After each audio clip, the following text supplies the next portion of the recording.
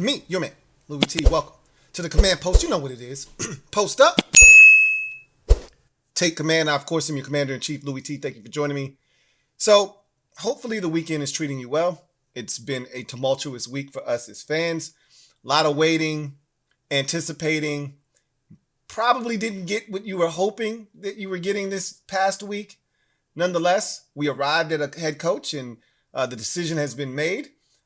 Now you've had a chance to kind of process everything. I think you've had a chance to allow everything to kind of settle, so to speak. More decisions have to be made, and I think that will also go a long way in shaping and impacting the way that you ultimately feel about the Dan Quinn hire as the head coach of the Washington Commanders. However, I got a 5-piece for you, okay? 5 questions that I want to ask of you to kind of gauge how you feel about everything as we forge forward, okay? Decision has been made.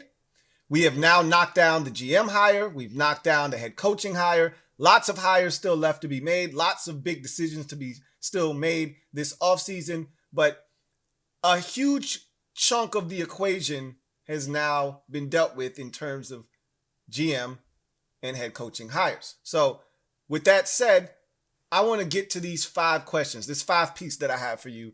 And I want you to leave your responses down in the comment section. They may be very long. They may be very short. You may just answer yes. You know, I don't know what your response is going to be.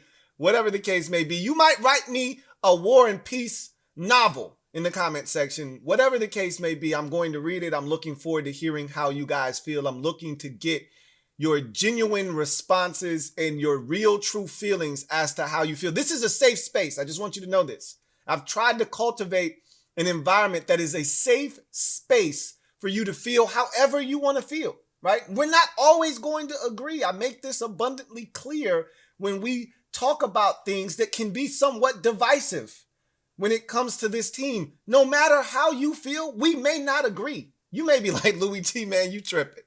And that's fine. And you may say something and I may be like, hey, you wilding right now. At the end of the day, this is a safe space for you to feel however you want to feel. So with that said, let's check out these questions, this 5-piece that I have for you. And we're going to start with the first. So I want to know, were you more disappointed in the way that the Ben Johnson situation went? More disappointed in the fact that they had to wait so long in the process? Or more disappointed on the guy that they ultimately landed on? So, in essence, which one of those scenarios led you to be the most disappointed? How the Ben Johnson situation ultimately turned out and went. I know a lot of us weren't happy with his decision at the time that he made it. Like, I'm not upset that he decided to go back to Detroit. I'm more disappointed in the timing of everything. If you knew you felt this way or there was a chance you felt this way, why even let us board a plane? Now, again, they were still going out there to interview Aaron Glenn, so it's not like they weren't going to wait this long in the process. They still wanted to talk to Mike McDonald. They still wanted to talk to Aaron Glenn. They still wanted to talk to Anthony Weaver. Those things were not going to happen until those teams were eliminated from the postseason or they ultimately won the Super Bowl. So whatever the case may be, we were going to wait anyway. But he was supposed to be the guy that we were waiting on the most. That said, that situation didn't go the way that we had intended. Was that the thing that made you the most disappointed? We've heard a lot of things come out, and I told you would, right? We've heard that he didn't interview well, right? We heard that he's not really an alpha, right? We've heard so many things that we expected to hear now that he's not here. I don't buy into half of it. I don't really care at this point. The fact of the matter is he's not here. Why he's not here, how it came to be, really doesn't matter. He's not here. The fact that we had to wait so long is the one that I think is starting to really irk me a bit. Now, again, we were going to wait this long anyway because there were guys that we wanted to talk to and that we were willing to wait on. Anthony Weaver, Mike McDonald, Aaron Glenn were also candidates that they wanted to talk to, and we were going to wait. Would they have waited on those candidates if Ben Johnson wasn't going to take the job? I don't know. That's not a question I have the answer to. I would assume that they would have waited because, again, if you were going to hire Dan Quinn, which is what they ultimately did, you could have done that after Wild Card Weekend. He lost in Wild Card Weekend. He was available. That Monday when you were first allowed to interview the playoff teams, candidates via Zoom, he was available to meet face-to-face with. If you really loved Dan Quinn then, you could have set up that interview. You didn't have to wait. We didn't interview Dan Quinn until the day after we met with Ben, was supposed to meet with Ben Johnson and Aaron Glenn. We didn't meet with Dan Quinn until that Wednesday, I believe it was. We met with Mike McDonald, Anthony Weaver on Monday. We were supposed to meet with Ben Johnson and Aaron Glenn Tuesday, and they met with Dan Quinn on Wednesday, I believe it was. And then they made the decision on Thursday, if I'm not mistaken. Or it might have been they met with Dan Quinn on Tuesday, and then they made the decision on Thursday. Whatever the case may be. If you knew Quinn was one of your leading candidates, you could have just went ahead and made him the head coach. That way, the offensive coordinator pool would have been a much larger candidate pool that you were pulling from. That thing is dwindled to next to nothing with the news that Clint Kubiak is potentially going to New Orleans. That pool has shrunken to the size of an ant. And I was hoping, and maybe this is still the case, that Adam Peters had him a secret list of offensive coordinator candidates that nobody else was thinking about. Few guys he had stashed away in his back pocket for a rainy day. Clint Kubiak was on that list. Clearly, the league is not dumb. Other teams are aware of what these guys are doing and what they're capable of potentially. So I don't think there's a case where you can have a secret stash, a secret list. Unless you're reaching for a guy that is so unknown that it'll be crazy to think that this guy can just jump onto the scene and have success. You'd actually be reaching at that point.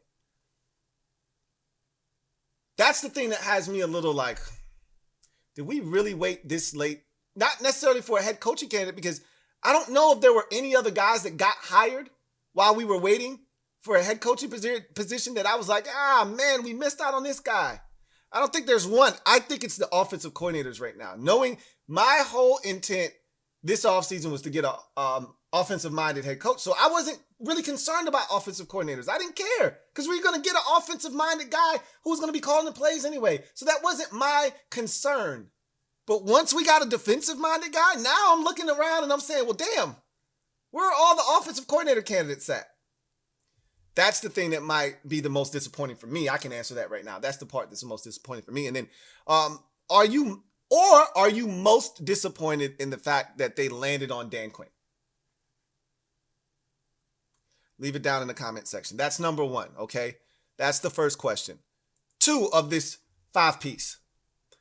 Has the coaching search process and the decision it spawned changed your outlook on Harris and Peters? Essentially, what I'm asking you is, were you a fan of how this process went in terms of the coaching search? Because we looked a little weird, right? We looked a little disjointed. We looked like our equilibrium got knocked off. Even if it didn't, that's not the way that it appeared, okay? From an aesthetics standpoint, we looked to be flummoxed after Ben Johnson sent us a text message in mid-flight saying, yo, I'm out, going back to Detroit. We looked a bit disheveled, even if that wasn't the case. Appearances are what is out there, and it looked like we were a little bit somewhat confused as to what to do, even if that's not true. Has this coaching search, the decision to land on Dan Quinn, which for some might have felt like, damn, this was plan B? You put all your eggs in one basket and this is the alternative that you have is Dan Quinn? Change the way that you view Josh Harris and Adam Peters? I would hope not. But I can't answer that for you. This is why I'm asking you the question. Does how this process, how it went, and ultimately the coach that they landed on. And we're hearing reports now, and this is what happens when you spin things and you go damage control. This is what happens, right? All of a sudden now, Dan Quinn was always the number one guy. That's what the information that people are trying to feed us now. Mike Garafolo, I'm pretty sure you've seen the series of tweets that he put out, essentially saying that Ben Johnson didn't interview well, and that there was really never, ever a point where he was the runaway favorite. And as a matter of fact, he's not sure that he was ever going to get the job, and that Quinn and Anthony Weaver were the two lead candidates who interviewed the best the entire time. And that may be true, but I don't care, but I'm not buying that wholeheartedly either. Okay. At the end of the day, and again, Johnson may not have interviewed well. And everything that he's done over the last 2 years kind of points to a guy that's a bit meek. A guy, again, I called him a beta. Take it for what it is. You don't have to agree with me. I think he's a beta, and that's fine. If that's who he is, that's who he is. You can't change who you are. He might not be an extrovert. He might be an introvert. He might be a coach that is more cerebral, X's and O's. He might not be a great people person. I don't know. I haven't been around the man. I just know he turned down 2 opportunities in terms of the last 2 years. He's turned down opportunities to be a head coach. That's not how this profession usually works. Anyway, did any of this change your perception of Harris and Peters? That's the question. Next question. Number 3. Does the pending OC hire still weigh heavily as to how you will feel ultimately about the Dan Quinn hire? So many of you, as soon as we were instant react. Soon as the news broke, I was live and we were reacting in real time. And so many of you said, I want to see who they hire as offensive coordinator first before I tell you how I feel. Okay. A lot of you went with hey, I don't love this, but let's see who they hire as OC first, and then I'll get back to you as to how I feel. Does the pending OC hire, after you've had a chance to digest everything, kind of allow this to marinate a bit, does the OC hire still weigh heavily as to how you will ultimately view the Dan Quinn hire? That's the third question. Question number 4.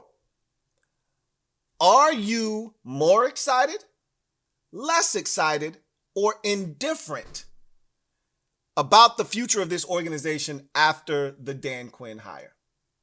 I'll repeat this again. Are you more excited, less excited, indifferent, or indifferent about the future of this organization after the DQ hire? All right. Has this changed the way fundamentally you feel about what's being done in Washington? Hiring Dan Quinn. Again, I would hope not, but you may feel some type of way about this, and you may feel like this is a sign that this isn't going to go as well as we think. Again, this is a safe space. I want to know how you truly feel. And there can be a dialogue. You might leave a comment that is unpopular and get 17 different responses from 17 different fans. And that's what we're looking to generate, conversation. I don't want name calling and this, that, and third just because of how somebody feels about something, but a real conversation. That's all I'm looking for. Why do you feel the way that you feel? Lastly, number 5 of this 5-piece. Is there one move that could be made now to change how you feel, whether good or bad? So let's say that you feel pretty down in the dumps about the direction of this organization right now. Is there a silver bullet, right? A magic bullet right now that could change how you feel and make you feel positive about this situation? And conversely, vice versa, you could be feeling excellent about what's going on right now. Is there a move that they could make now that could reverse that feeling and make you feel like, wait a minute, what are you guys doing? There was all positive vibes here, and then you went and did this. You know what it is for me. I probably should have left this one out, and said, except for, because you know what my go-to is here. It's hiring EB as offensive coordinator. That's the only thing I wouldn't love if they went with, the chipster, but If they did, okay, let's see what happens. I wouldn't love it, but I'd give it a chance. I'm not giving EB a chance. I saw enough last year. He's stubborn. I don't want to see it again. I'm ready to move on. I didn't see the growth that was necessary for me to say, you know what? I could see how things went sideways for him, but I saw him try to make adjustments. I saw him try to meet the team halfway, the players halfway. I could see how there was growth taking place, and then that growth was stunted for whatever reason. Another year would be okay to see if he could finally make some of the changes that he was trying to attempt to make last year. That didn't happen. That never happened. We were in the dark as an offense, and he didn't try to take. Chip Kelly literally said, my job as a play caller is to put my players in the best positions to succeed. How can I get my guys in places and positions that best utilize their skill set? Eric Bieniemy never demonstrated that, not once, and never attempted to, and made no bones about not trying to do that. That's the only thing that could change the way I feel drastically, is him being retained as offensive coordinator. What says you? Here are your 5 questions. I'll repeat them once more. I'll run through them, and then I'm looking for your comments. And you don't have to answer all of them. You can answer 1. You can answer 3. You can answer 5. You can answer 1, 2, and 3, and not 4 and 5. You can answer 1, 3, and 5. You can answer 2 and 4. Or you could answer all 5 of them. It's up to you. Or you can answer none of them. Just say, what's up, Louie T? It's up to you. I would prefer that you participate and leave it down in the comment section, but that's on you to decide. So, question 1. Are you more disappointed in the way that the Ben Johnson situation went? The fact that they had to wait so long in the process? To me, that really impacted what candidates were left for offensive coordinator in particular, or the guy they ultimately landed on. So what most disappointed you in this process? The way the Ben Johnson situation went, the fact that they had to wait so long in the process after hiring a defensive-minded head coach, or the guy they ultimately landed on, which is Dan Quinn. What disappointed you the most?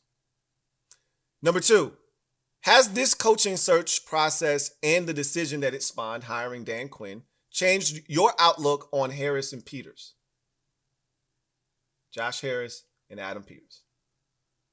Number 3, does the pending OC hire still weigh heavily as to how you will ultimately view the Dan Quinn hire?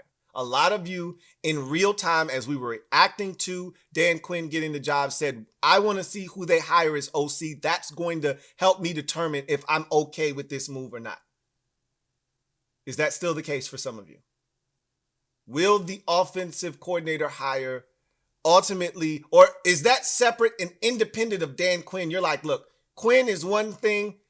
The OC is a totally different issue, because Quinn, he's the head coach. Obviously, he'll be overseeing the entire operation, but the defensive side of football is going to ultimately be his baby.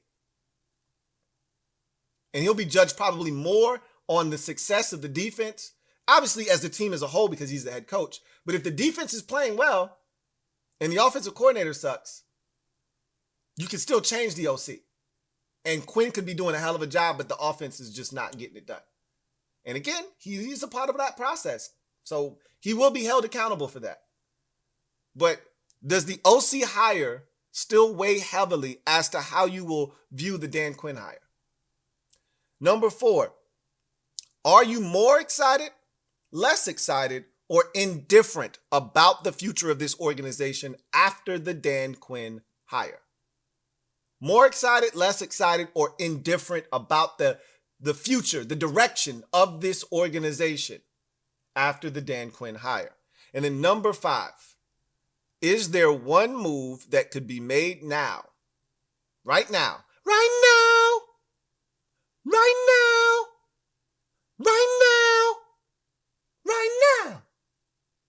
that could change the way you feel, good or bad? If you're feeling good right now, they make this one move, and now all of a sudden you're looking at the organization sideways like, what are you doing? I was feeling good. There were all positive vibes, and then you went and did this. Now I'm questioning what the hell you're doing. And conversely, it could be all bad for you right now. You could be thinking, this is the same shit. Nothing has changed. We just went and hired Ron Rivera all over again. This feels like some shit that we would have done if Snyder was still the owner. And then all of a sudden, poof, this happens, and you're like, wait a minute. I feel different now. I think this could work. I like the direction now. Is there one thing that could happen, good or bad, that can change the way that you feel about this team right now in its current state? Leave it down in the comment section. I cannot wait to read your responses. This should be very interesting. I phrased those questions the way I did intentionally. I asked those questions intentionally because I'm looking for intentional answers. I really want to know how you guys feel. This will give me a really good feel, a good sense of where the fan base is after the Dan Quinn hire. This will give me a really good feel for where you guys are. And we'll talk more, obviously. But a little food for thought over the weekend. You know how I do. You guys do the dishes. In any event, that's going to do it for me, your man Louie T, here on the command post. You know what it is. Post up. Take command. I just gave you a 5-piece. Answer it in the comment section. Till next time, you guys have a good one. Take care.